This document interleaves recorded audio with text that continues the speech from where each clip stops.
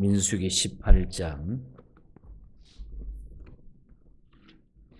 우리 1절부터 5절까지 그리고 마지막 우리 21절부터 중간에 24절까지 우리 함께 앞에 보시면서 함께 합독합니다. 여호와께서 아론에게 이르시되 너와 내 아들들과 내 조상의 가문은 성소에 대한 죄를 함께 담당할 것이요 너와 내 아들들은 너의 제사장 직분에 대한 죄를 함께 담당할 것이니라. 너는 내 형제 레위 지파 곧 내 조상의 지파를 데려다가 너와 함께 있게 하여 너와 내 아들들이 증거의 장막 앞에 있을 때 그들이 너를 돕게 하라. 레위인은 내 직무와 장막의 모든 직무를 지키려니와 성소의 기구와 제단에 가까이 하지 못하리니 두렵건대 그들과 너희가 죽을까 하노라. 레위인은 너와 합동하여 장막의 모든 일과 회막의 직무를 다할 것이요 다른 사람은 너희에게 가까이 하지 못할 것이니라. 이와 같이 너희는 성소의 직무와 제단의 직무를 다하라. 그리하면 여호와의 진노가 다시는 이스라엘 자손에게 미치지 아니하리라. 21절입니다. 내가 이스라엘의 11조를 레위 자손에게 기업으로 다 주어서 그들이 하는 일 곧 회막에서 하는 일을 갚나니 이후로는 이스라엘 자손이 회막에 가까이 하지 말 것이라. 죄값으로 죽을까 하노라. 그러나 레위인은 회막에서 봉사하며 자기들의 죄를 담당할 것이요 이스라엘 자손 중에는 기업이 없을 것이니 이는 너희 대대의 영원한 율례라. 이스라엘 자손이 여호와께 거제로 드리는 11조를 레위인에게 기업으로 주었으므로 내가 그들에 대하여 말하기를 이스라엘 자손 중에 기업이 없을 것이라 하였노라. 아멘. 아멘. 우리 하나님의 큰 은혜가 오늘 아침도 함께하기를 축복합니다. 우리 한번 서로 우리 지난주간 비 때문에 또 이렇게 한참 추웠는데 서로 축복 한번 하시기 바랍니다. 주님 이름으로 축복합니다. 사랑합니다. 축복합니다. 사랑합니다. 아마 어제 아침 17장에서 이제 하나님께서는 그 아론의 지팡이에 싹이 돋게 하고 열매가 맺게 하심으로써 그 성직권에 대한 시비를 그 일단락 짓게 해 주셨습니다. 그러나 이러한 이 불상사는 언제든지 또다시 일어날 수 있는 일이었습니다. 그래서 하나님께서는 다시 한번 제사장들의 직무와 그 레위인들의 직무를 분별하게 해야 할 필요성을 느꼈던 것입니다. 그래서 오늘 이 본장은 특별히 레위인과 제사장의 직무와 그들의 분깃에 대한 규정입니다. 다시 말하면은 이제 우리가 만인 제사장 된 우리 하나님의 백성들과 주님의 몸된 제단을 섬기는 모든 직분자들에 대한 그 직무와 그들의 분깃에 대한 그런 규정을 우리에게 말씀해 주고 있다는 것입니다. 하나님이 이들의 분깃을 보장해 주신 이유는 그들이 가나안 땅을 기업으로 받지 못한 대신에 하나님이 친히 그들의 기업이 돼 주셨기 때문이다. 그렇게 말씀하고 있습니다. 하나님은 그들을 자신의 소유로 먹이심으로 생계를 걱정하지 않게 하셨고 또 백성을 위한 봉사에 전념할 수 있도록 이렇게 하나님은 함께 하셨다 하는 것을 보게 됩니다. 그래서 오늘 아침에는 제사장의 직무와 분깃, 다시 말하면 우리가 하나님을 섬기는 하나님의 백성들, 직분자들, 우리 만인 제사장 된 모든 분들에게 주시는 그 직무와 분깃에 대해서 오늘 아침에 말씀을 나누겠습니다. 먼저 이 직무와 책임에 대해서 말씀을 해주고 계시는데 하나님께서는 이스라엘 지파 중에서 성막을 돌보고 섬기는 일을 레위 지파에게 맡기셨다. 그렇게 말씀했죠. 하지만은 같은 레위 지파이면서도 제사장과 그의 레위인 사이에 직무에 대한 갈등이 늘 일어나게 됐어요. 그래서 그 갈등과 불만 때문에 고라당의 반역 사건이 일어나기도 한 것이죠. 그래서 하나님은 이들 간의 직무와 책임을 분명하게 다시 한번 언급해 주시는 이 말씀을 본장에서 보게 됩니다. 성막을 돌보고 섬기는 일 중에 제사장인 아론의 가문이 맡아서 해야 될 일, 이것은 먼저 보면은 번제단에서 직접 희생 제물을 바치는 일, 이런 것들을 레위 제사장 아론 가문에서 하도록 그렇게 만들었습니다. 그리고 성소에 들어가 가지고 등불이라든지 떡상, 분향단을 관리하는 일 등을 아론의 가문에서 그걸 맡게 했습니다.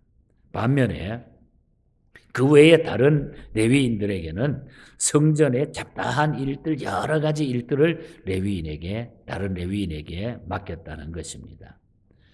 그런데 중요한 것은 그런 연후에 하나님께서 아론과 레위인들에게 각자 맡은 일에 대한 죄가 발생했을 경우에는 그 책임을 그 사람들이 다 지도록 이렇게 만들었다는 거죠.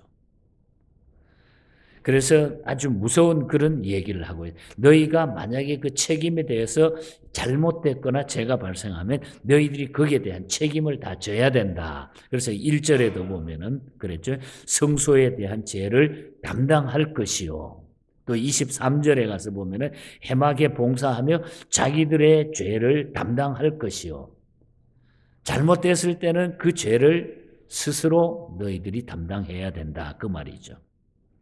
따라서 맡은 바 일이 크고 중할수록 그에 따르는 의무와 책임도 컸다 하는 그런 것을 우리가 보게 되죠. 그러니까 하나님이 맡겨주신 일에 대해서 책임을 잘 감당하라, 그런 이야기입니다. 책임을 잘 감당해야 된다.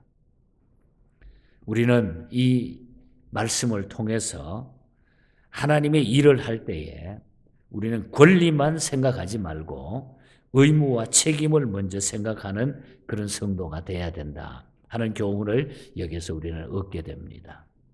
더 나아가서는 주의 일은 어떤 계급이 아니라 이 협력 사역임을 우리가 알 수가 있어요. 어떤 계급적으로 나에게 주신 게 아니라 이거 주의 일은 전부 협력 사역으로 이루어진다 하는 것.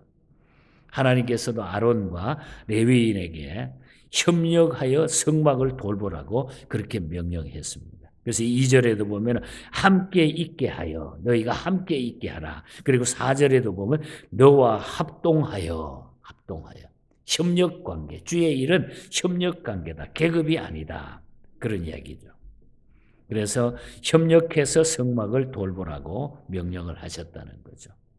오늘 교회는 교회는 몸의 유기적 관계와 같다는 거죠. 그러니까 다 우리는 그 예수 그리스도는 그의 몸이요 우리는 그에 대한 지체로 모든 것이 유기적인 관계로 이루어져 있다. 그것을 고린도전서 12장에서 바울은 교회에 대해서 말할 때 말씀을 해주고 있는 것입니다.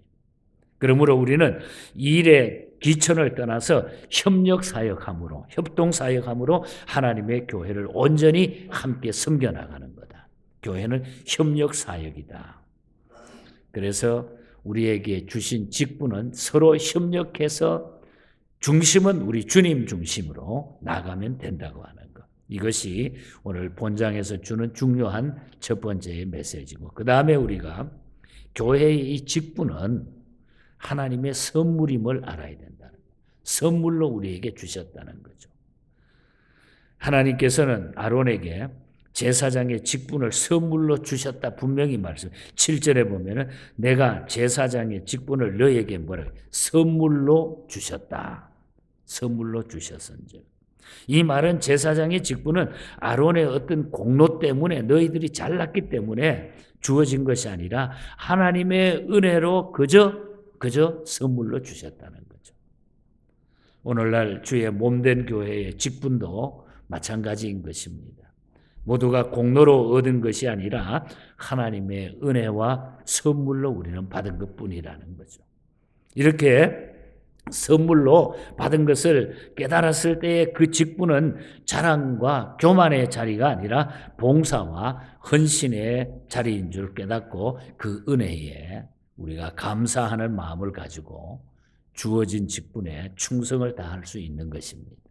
그래서 교회의 직분은 하나님의 선물이다. 하나님의 선물. 은혜도 선물로 주셨고 직분도 하나님께서 우리에게 선물로 주셨다. 그러니까 선물은 귀한 것이잖아요. 사랑하는 사람이 주는 선물은 귀하잖아요. 그 선물을 아무렇게나 팽개쳐버리지 않잖아요. 그래서 하나님께서 나에게 특별히 선물로 주셨다. 하나님 앞에 선물 받은 것이 얼마나 좋아요. 대통령 무슨 표창 하나 선물 하나 받아도 난리를 치는데 막 계속 그냥 만나는 사람마다 자랑하잖아요. 근데 우리는 하나님이 나에게 이런 선물을 직분을 나에게 주셨다. 감사하시기를 바랍니다. 귀하게 우린 여겨야 돼요. 그리고 그 다음에 중요한 또 하나의 교훈은 하나님께서 기업이 되어 주신다는 거예요. 하나님이 나의 기업이 되어 주신다. 내 모든 것이 되어 주신다는 이런 말이죠. 8절부터 20절 사이 그리고 그 후반부에 거기에 대한 설명이 쭉 본장에 나타나고 있습니다. 이 성막을 섬기는 자들의 직무와 책임을 말씀하신 하나님께서는 이제 성막을 섬기는 자들의 생활에 대해서 하나님께서 책임져 주실 것에 대해서 내가 너희의 기업이 된다 하는 걸 분명히 보여준다는 거죠. 먼저 하나님은 그들에게 뭐라 그러니까 옛날 성경에는 음식이라는 단어를 썼고 이제 이걸 설명해 가지고 음식, 영구한 몫의 음식을 너희에게 주셨다. 여기에 음식이라고 하는 것은 우리가 먹고 사는 의식주의 모든 것들을 다 포함이 돼요. 8절과 19절에 보면은 그렇게 우리의 영구한 몫의 음식으로 이것을 주셨다. 여기 음식이라고 하는 것은 이 말은 자기의 직무에 따른 노동의 대가로 지불받는 자기 몫을 뜻하는 겁니다. 우리의 몫을 음식으로 다 주셨다는 거죠. 이스라엘 지파 중에 기업의 분깃을 받지 못하는 이 레위 지파는 그 대신에 성전에서 나오는 음식을 거룩하신 성물 중에서 다 받도록 하나님이 만들어 주셨다는 거죠. 이 말은 하나님께서 하나님의 백성들에게 잊고 먹고 살아가는 모든 문제를 하나님은 책임져 주시고 우리는 풍성하게 하나님이 은혜를 주신다는 말씀입니다. 여기 음식으로 주는 성물은 먼저 보니까 8절에서 11절에 보면 거제물과 요제물이었다 그랬습니다. 이 제단에 불 사르는 것 이외에 다른 성물은 제사장의 음식으로 주셨다는 거죠. 불살라 태우는 것은 할 수 없지만 그 외에 드렸던 제물의 요제의 거제의 제물을 전부 제사장에게 주었다. 그 다음에 또 땅의 첫 소산물 12절과 13절에 보면 땅의 첫 소산물도 제사장의 것으로 주셨다. 또 특별하게 드린 모든 것 14절에서 18절 사이에 보면은 이 특별하게 드린 모든 것도 제사장의 음식이 되었다. 음식물로 주었다. 이렇게 하나님을 섬기는 일에 부름받은 하나님의 백성들은 하나님께서 크게 보수로 크게 물질로 하나님이 축복을 주셨다는 것이죠. 그분은 풍성하신 까닭입니다. 우리 하나님께 모든 것이 그것이 달려있기 때문에 하나님의 손길에 그것이 주어져 있기 때문이라는 거죠. 이렇게 풍성하신 하나님이 그들의 분깃과 기업이 되어주셨다. 저는 여기에서 제일 참 너무너무 감사해요. 무언데 죄로 말미암아 죽어야 마땅할 죄인을 불러가지고 구원해 주시고 하나님 직분 주시고 성도가 되게 해 주시고 거기에 대한 분깃과 기업까지 대해 주신다. 다 보호해 주신다는 거죠. 다 해 주신다고. 오늘날 교회는 그래서 하나님의 이러한 정신을 본받아 가지고 목회자가 되든 성도가 되든 우리가 하나님 앞에 정말 소홀한 직분을 감당하지 말고 하나님이 잘 감당하는 자에게 이런 음식에 대한 책임, 물질에 대한 책임을 주신다고 하는 거, 우리가 이걸 기억하고 우리가 소홀히 해서는 안 된다. 감사하면서 살아갈 수 있는 이런 삶을 우리가 모두가 살 수 있기를 바랍니다, 여러분. 12절에 보면은 그들이 여호와께 드리는 첫 소산봇 제일 좋은 기름과 제일 좋은 포도주와 곡식을 내게 주었은즉, 제일 좋은 것, 제일 좋은 것, 하나님이 주시는 것은 제일 좋은 것이라는 거예요. 꼭 목회자만이 아니라 이제 우리는 하나님의 백성된 성도들에게 하나님은 제일 좋은 것으로 구별해서 하나님이 주신다. 이 복을 다 받아 누릴 수 있기를 바랍니다. 19절을 한번 읽어드립니다. 이스라엘 자손이 여호와께로 거제로 드리는 모든 성물은 내가 영구한 몫의 음식으로 너와 내 자녀에게 주었노니 이는 여호와 앞에 너와 내 후손에게 영원한 소금 언약이니라. 소금 언약이라. 여기 소금 언약이라는 말이 무슨 말이냐? 보통 팔레스타인에는 이 소금이 중요한 어떤 결정과 협정을 확정짓는 구실을 했대. 이때에 소금을 가지고 와가지고 언약을 맺습니다. 중요한 협정이 있을 때. 이때 소금은 아주 견실함과 영구함을 상징함으로 이 소금 언약이라고 해요. 소금 언약을 맺습니다. 레위기 2장 13절에 보면은 소제를 드릴 때 반드시 소금을 쳐야 된다 그래요. 소금을 쳐야 된다. 제물을 드릴 때 이것은 바로 언약의 소금이라고 불렀던 것입니다. 그래서 언약의 소금을 치는 이유는 그건 하나님과 언약의 관계를 변함없는 언약이라고 하는 의미로 소금을 쳤다고 그랬습니다. 그러므로 여기 소금 언약이라고 하는 것은 결코 깨질 수 없는 언약이라는 거예요. 다시 말하면 하나님께서 우리에게 주신 이 축복은 깨질 수 없는 거예요. 확실하다는 거예요. 이것이 영원한 소금 언약이니라. 하나님의 백성에게 얼마나 좋습니까? 그러니까 하나님의 약속은 먹는 것으로 음식으로 응답해 주셨습니다. 먹는 것 걱정하지 마라. 하나님 직분 주신 일들 잘 감당하면은 너희들이 먹는 것 걱정하지 마라. 내가 음식으로 먹는 것 걱정하지 않도록 내가 너희에게 약속한다 이 말이죠. 변함없는 하나님의 약속.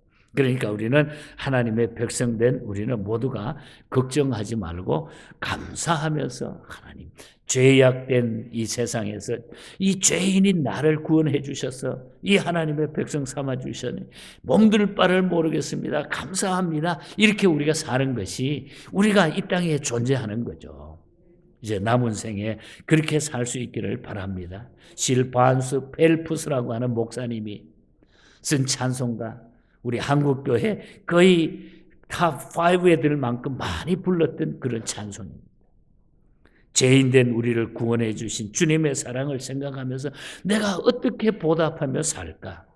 Something for Jesus라고 하는 예수를 위하여 내가 살아야 된다. 예수를 위하여. 설령 우리의 보답은 하나님께서 우리에게 무슨 보답을 요구한다 할지라도 그 사랑을 인간이 갚을 도리가 없다는 거죠. 우리가 갚을 도리가 없어요. 그런 마음으로 우리가 살아야 된다 그래요. 성자의 귀한 몸, 날 위하여 버리신 그 사랑 고마워라. 내 머리 주 앞에 조아려 하는 말, 나 무엇 주님께 바치리까.